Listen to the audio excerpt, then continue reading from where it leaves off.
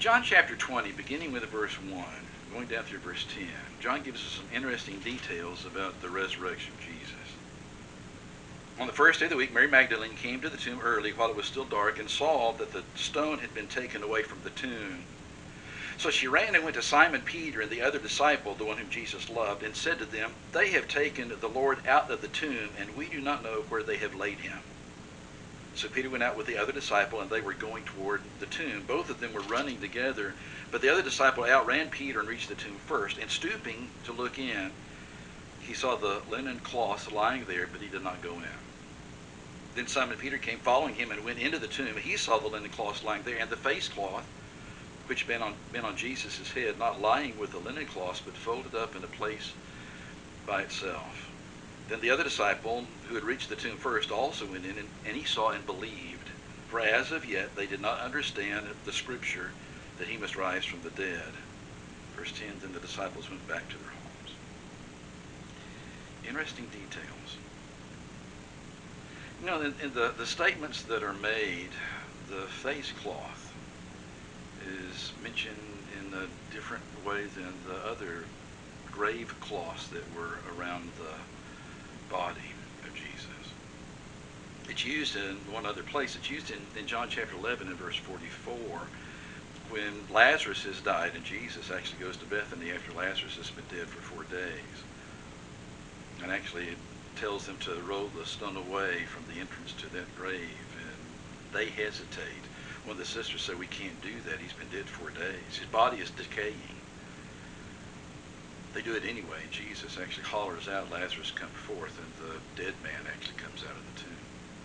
But it mentions the grave clothes around him and the face cloth that is over the face of Lazarus. Same word here.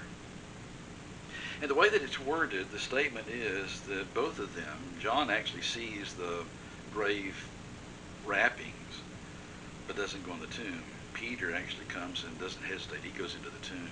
Then John follows.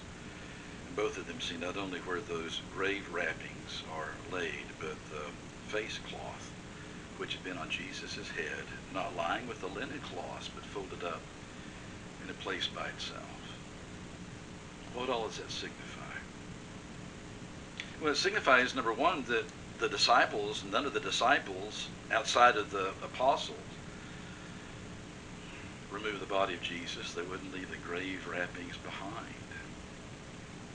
It also shows that those that were the enemies of Jesus, those who hated him, those who wanted him dead, they wouldn't have stolen the body in the first place. They wanted that body to remain there. They wanted him to continue to be dead. That's why guards were posted at the beginning, posted at the entrance of that tomb. But the statement is that they found the grave cloths and the face cloth folded by itself. It doesn't say exactly where those grave clothes were in that tomb. What do you take away without actually saying too much or concluding too much? The body's gone. The body's missing. Disciples wouldn't have taken it. They wouldn't have taken the corpse out of that tomb unwrapped. There's nothing that showed any kind of vandalism toward the tomb. The enemies of Jesus didn't do it. So when John goes in, the statement is made that John saw and believed. They hadn't really understood. Recently, at Cherokee Hills, we talked about the Egyptian Hallel Psalms, the chapters that would have been recited during the Passover.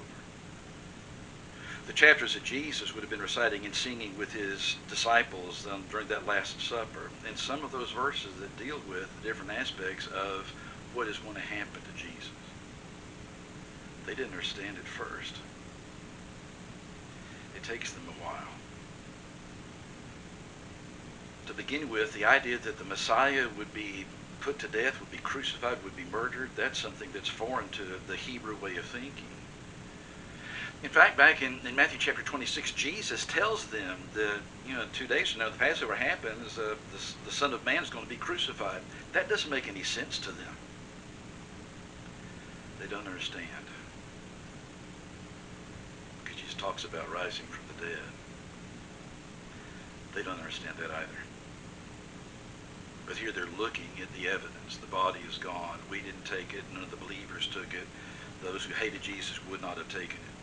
But there's something about the way that that grave was left. There was an orderliness to it. It showed a lack of haste. Something orderly about the purpose of God, something that follows a pattern that God puts in place. Some have suggested that the fact that the face cloth is folded kind of indicates that Jesus is basically saying, I'm not finished. Well, maybe that's right, maybe not, but it's intriguing that it's not hurriedly thrown into a corner. It's folded. The Greek word could be also mean rolled and set in a place by itself. There's an orderliness to it. Sometimes erroneous conclusions are hard to remove. Well, the Messiah is going to drive the Romans away. That wasn't his purpose. That really was not God's plan. But wrong conclusions kind of cloud the mind, and it has for quite some time among those who are closest to Jesus. And then when you start thinking of, are there other ways that Jesus is describing these events and talking about himself that we really don't understand? Are we asking appropriate questions to receive significant answers? And sometimes some of the questions they were asking during the earthly ministry of Jesus were very significant questions. Other times not, such as which one of us is going to be the greatest in the kingdom. Problematic thinking, reaching wrong conclusions, reaching erroneous conclusions cause sometimes questions to be asked that are really kind of shallow questions to begin with. They miss the whole point of Jesus talking about being lifted up, of Jesus talking about being crucified but rising again. And the assumption was that's got to be some kind of figurative sense. That just can't mean what it could mean if he's talking literally about this, but actually it did. But the grave cloth, the folded headcloth, the rolled up headcloth, in a place by itself. No hurry. Just the progress of God's plan for the redemption of humanity. And Jesus is no longer in that tomb. If you're anywhere in the Oklahoma City area this coming Lord's Day morning, we'd love to have you visit with us. We'll have classes on various Bible texts at 9 o'clock Sunday morning. Our worship will begin at 10 as we gather together to sing songs of praise to God, gather around the Lord's table and observe that communion that Jesus instituted before his death, and talk about aspects of that resurrection and how it affects us. If you're close by, please join us. We'd love to have you here. Please stay safe.